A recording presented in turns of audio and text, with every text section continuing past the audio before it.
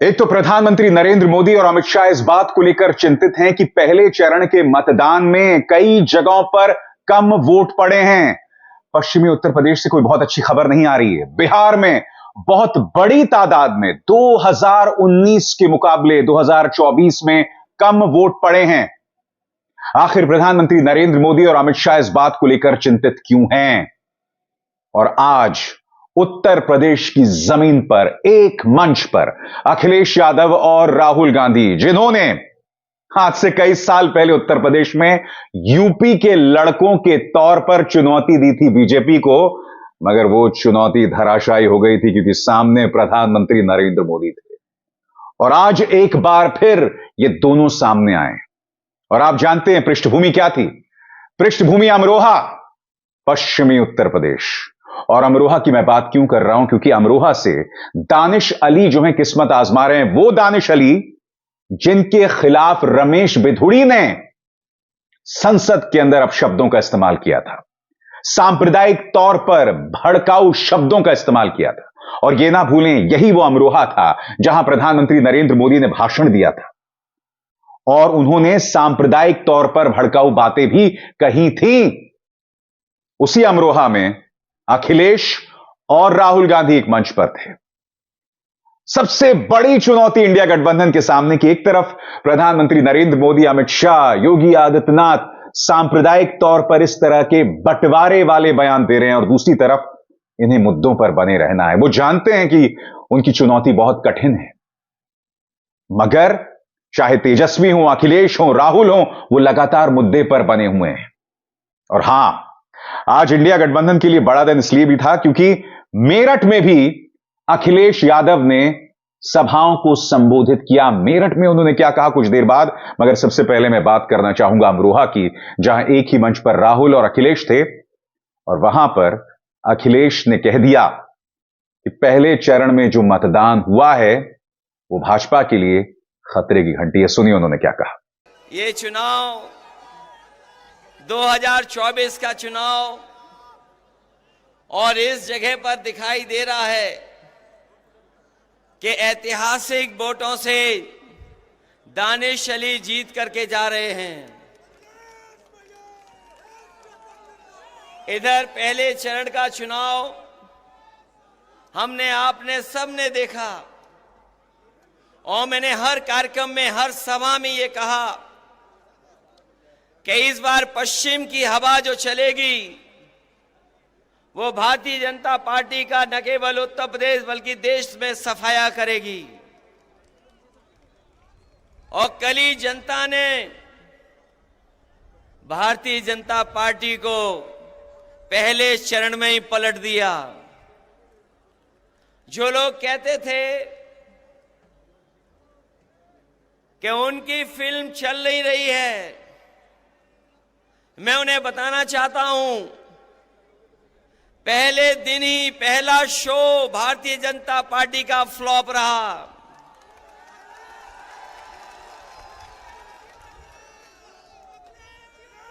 उनकी झूठी कहानी कोई सुनना नहीं चाहता। उनके घिसे पिटे डायलॉग अब जनता के बीच में चल नहीं रहे। उनकी सब खिड़कियां खाली हैं, कोई उत्साह नहीं दिखाई दे रहा है।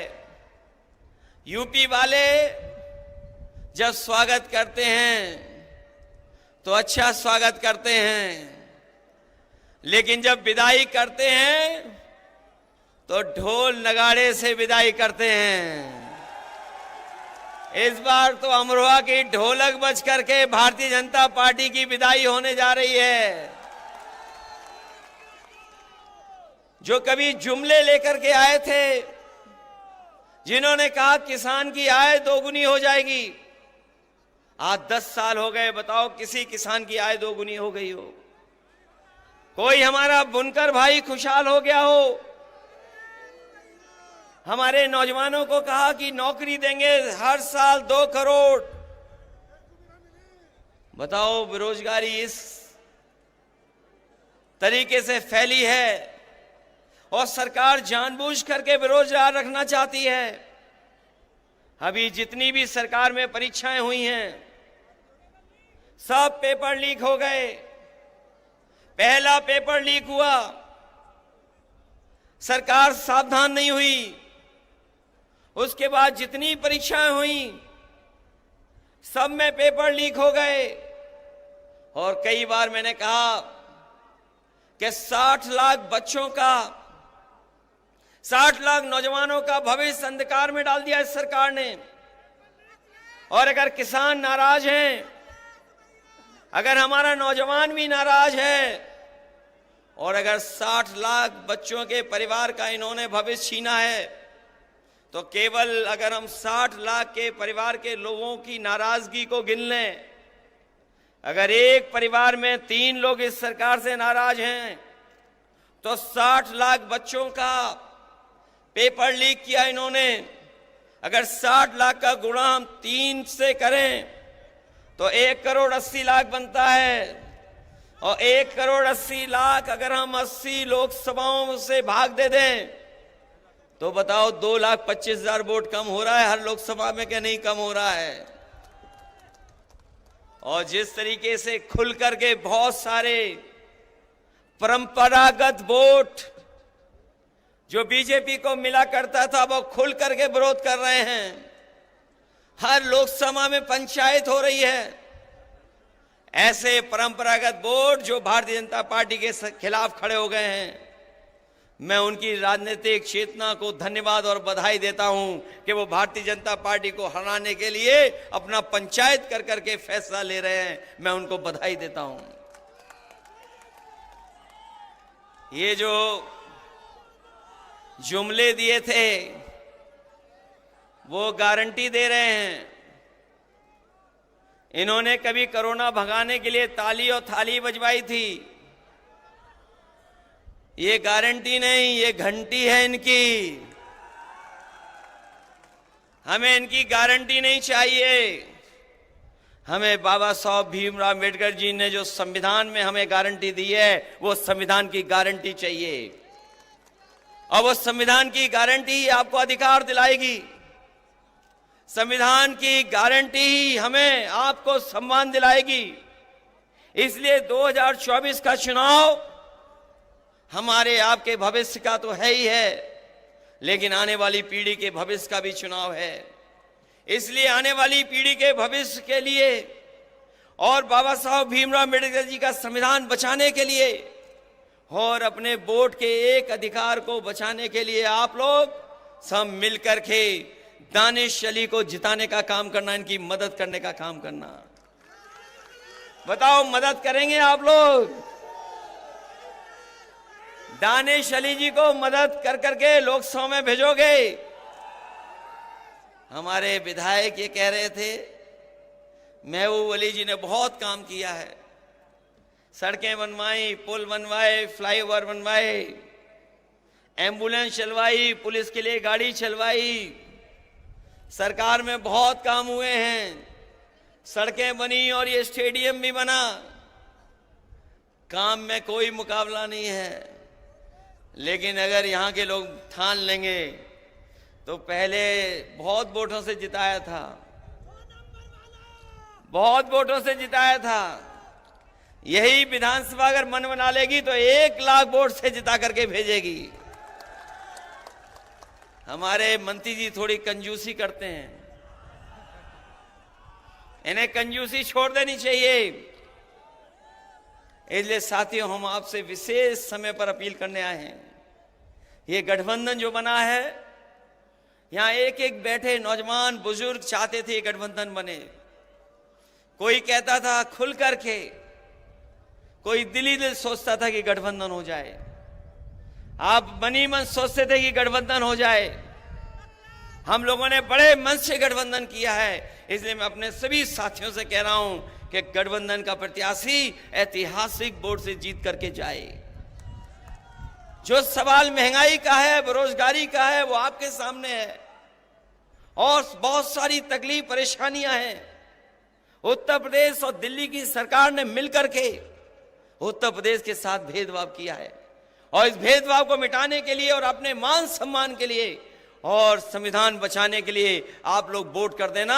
और दानिश अली जी को, जो कांग्रेस के प्रत्याशी हैं, इनके चुनाव चिन्ह हाथ पर एक एक वोट दे करके इन्हें लोकसभा में भेज देना। यही मैं कहने आया हूं। आप सबका बहुत बहुत आभारी हूं। और जैसे कि मैंने आपको बताया, एक ही मंच पर राहुल और अखिलेश दोनों ही थे। राहुल ने भी सभा को संबोधित किया। उन्होंने बताया कि कांग्रेस जनता को न्याय देना चाहती है। उन्होंने दोबारा न्याय योजना को गिनाया। उन्होंने यह भी कहा कि अखिलेश ने आज इतना अच्छा भाषण दिया है, मगर यह मीडिया उसे दिखाने नहीं वाला है। और कहीं ना कहीं उनके इस दर्द, इस कसक में छुपी है इंडिया गठबंधन की चुनौती की जो बात वो यहां कह रहे हैं, उसे मुख्य धारा का मीडिया जो 99% घरों तक पहुंचता है वो नहीं दिखाने वाला है। और यह गठबंधन के सामने सबसे बड़ी चुनौती है। अमरोहा की जमीन, जहां पर माहौल का सांप्रदायिकरण करने की कोशिश खुद प्रधानमंत्री ने की, राहुल गांधी ने क्या कहा, ये सुनते हैं। चुनाव में एक तरफ इंडिया गठबंधन और दूसरी तरफ बीजेपी और आरएसएस, ये विचारधारा की लड़ाई है। और पहली बार इंडिया गठबंधन संविधान और लोकतंत्र की रक्षा कर रहा है और बीजेपी आरएसएस के लोग संविधान को और लोकतंत्र को खत्म करने में लगे हुए हैं। आपने सुना होगा, बीजेपी के नेताओं ने कहा कि अगर हम चुनाव जीत गए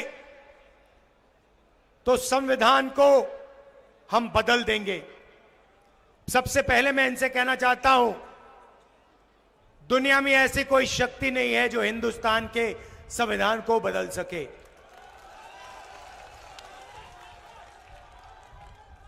पिछले 10 साल नरेंद्र मोदी जी ने 15-20 अरबपतियों का दबाकर काम किया है। अदानी नाम आपने सुना होगा, सुना है।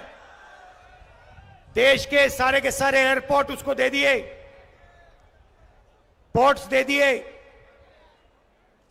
बिजली, खदानें, डिफेंस की पूरी इंडस्ट्री दे दी। तरीका बड़ा सिंपल है। एक तरफ आपका ध्यान भटकाते हैं,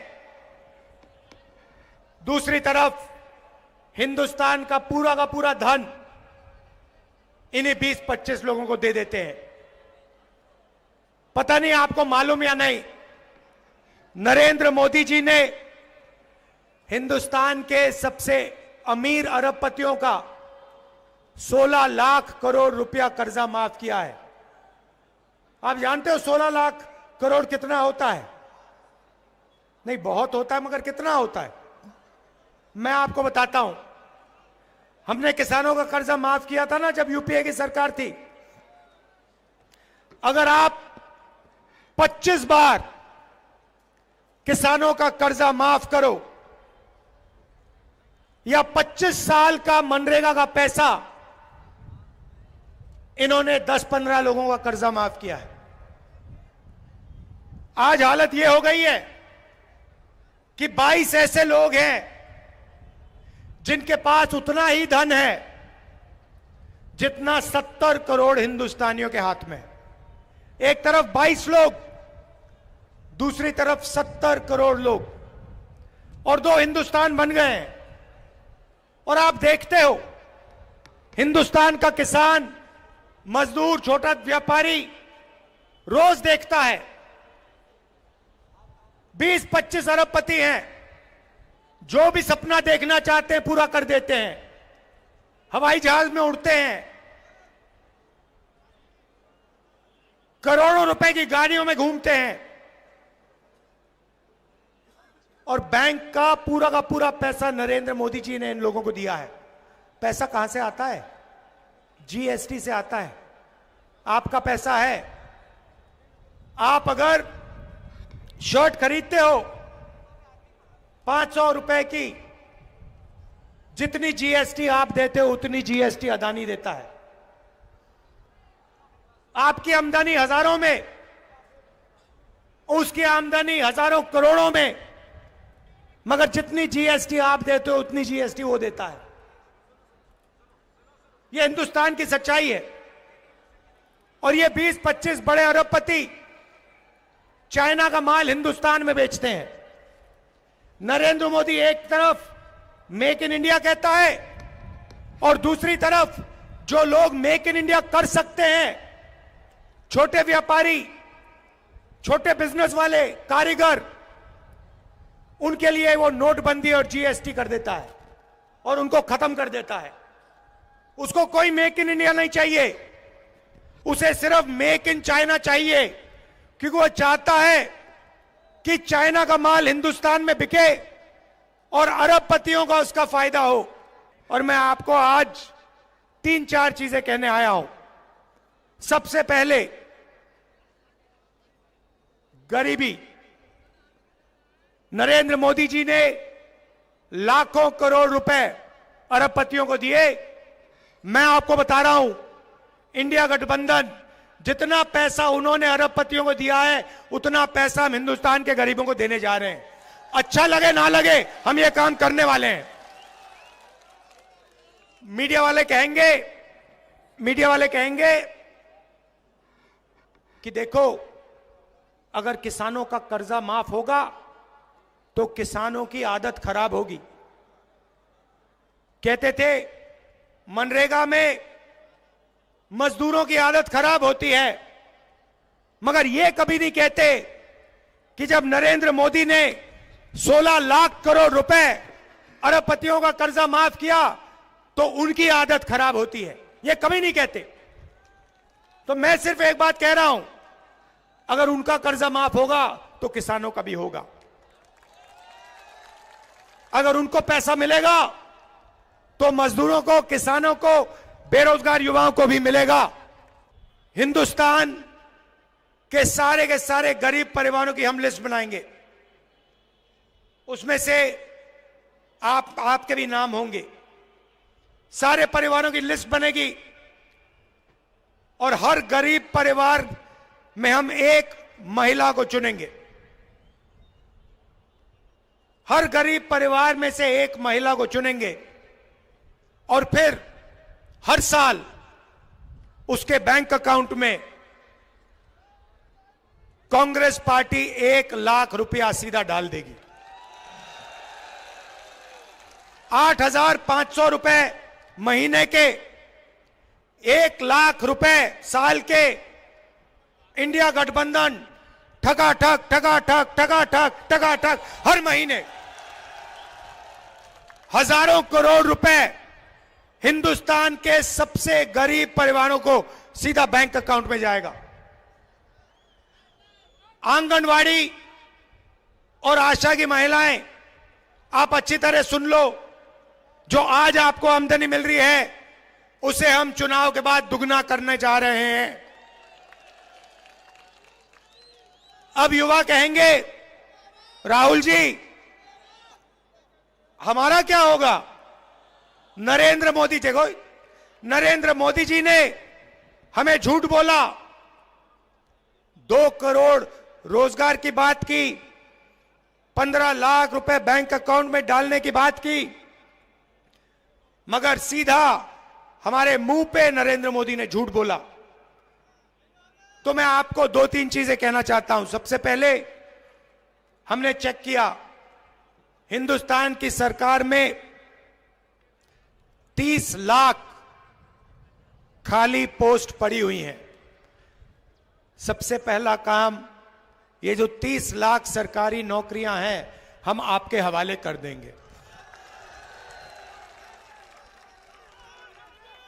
दूसरा काम, पहले हिंदुस्तान के युवाओं को सेना में रोजगार मिलता था, पेंशन मिलती थी, अगर कुछ होता, शहीद होते तो शहीद का दर्जा मिलता था, कैंटीन मिलती थी।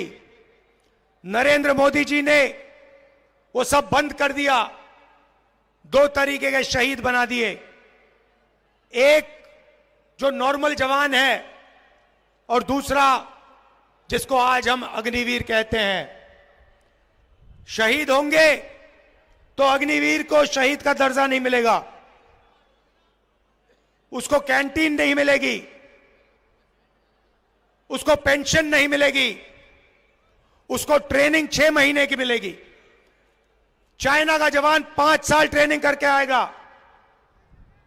और हमारा अग्निवीर 6 महीने की ट्रेनिंग लेकर उसके सामने खड़ा हो जाएगा। नतीजा आपको मालूम है। यह जो अग्निवीर योजना है, हमारी सरकार बनेगी, इसको हम रद्द कर देंगे, उठा के फाड़ के फेंक देंगे। और जैसे पहले होता था, पेंशन मिलेगी, शहीद का दर्जा मिलेगा, कैंटीन मिलेगी। देखिए, ये अग्निवीर योजना सेना नहीं चाहती, ये प्रधानमंत्री का निर्णय है। पीएम ऑफिस ने ये योजना बनाई है।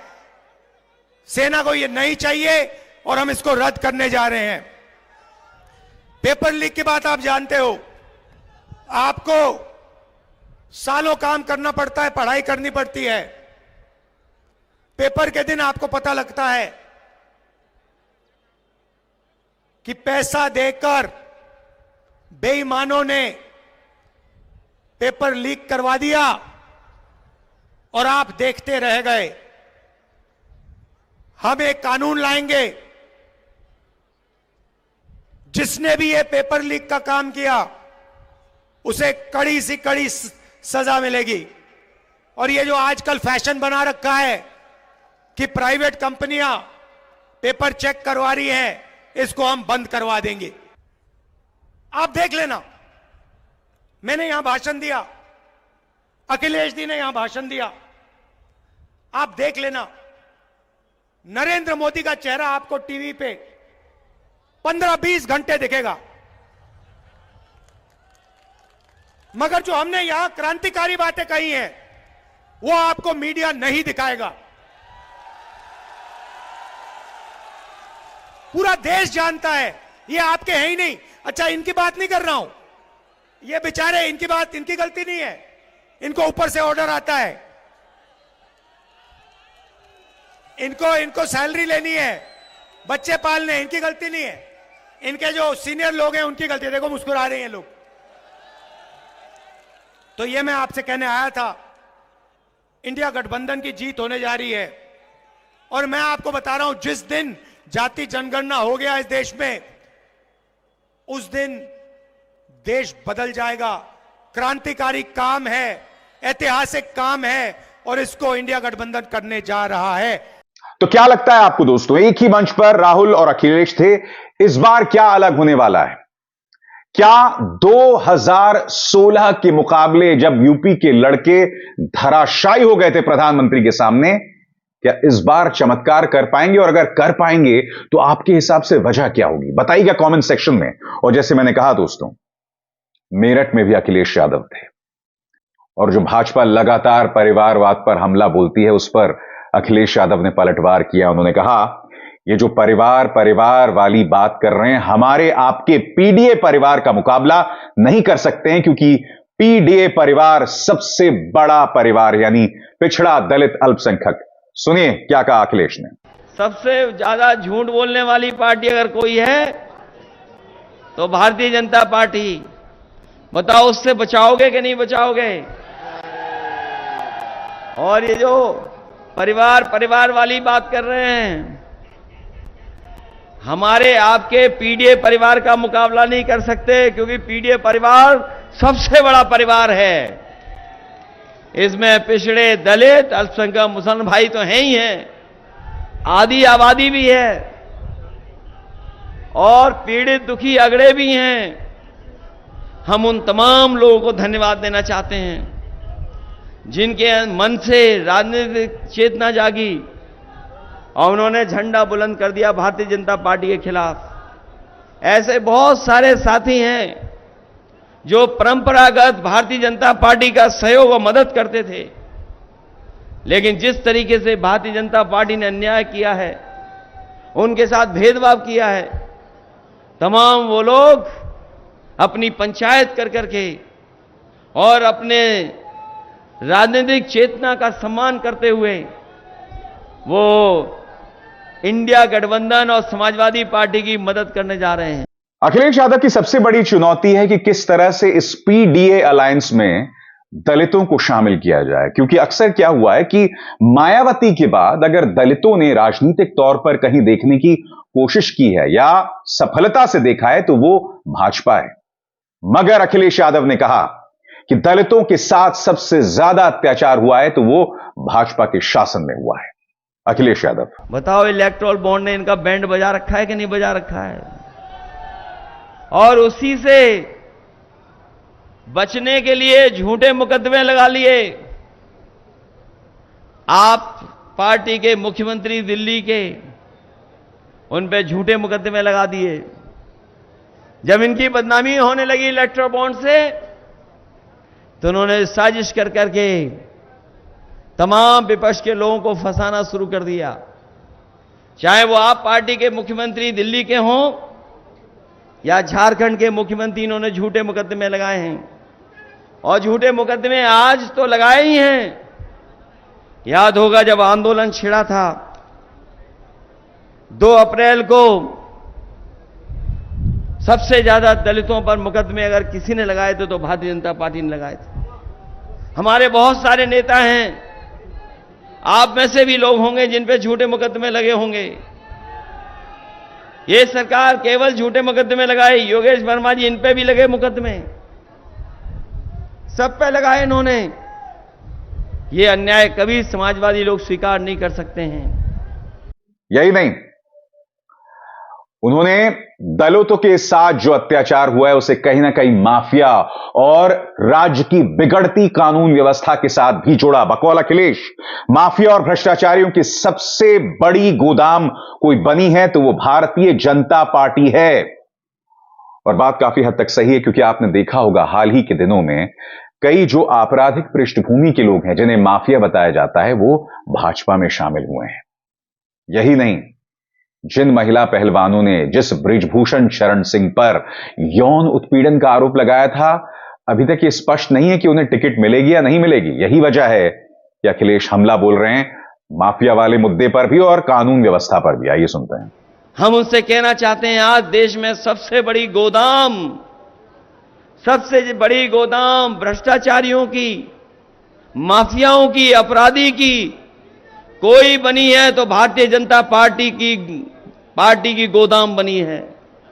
भारतीय जनता पार्टी की गोदाम में देश के सब भ्रष्टाचारी हैं, सब माफिया उत्तर प्रदेश के वहीं पहुंच गए हैं।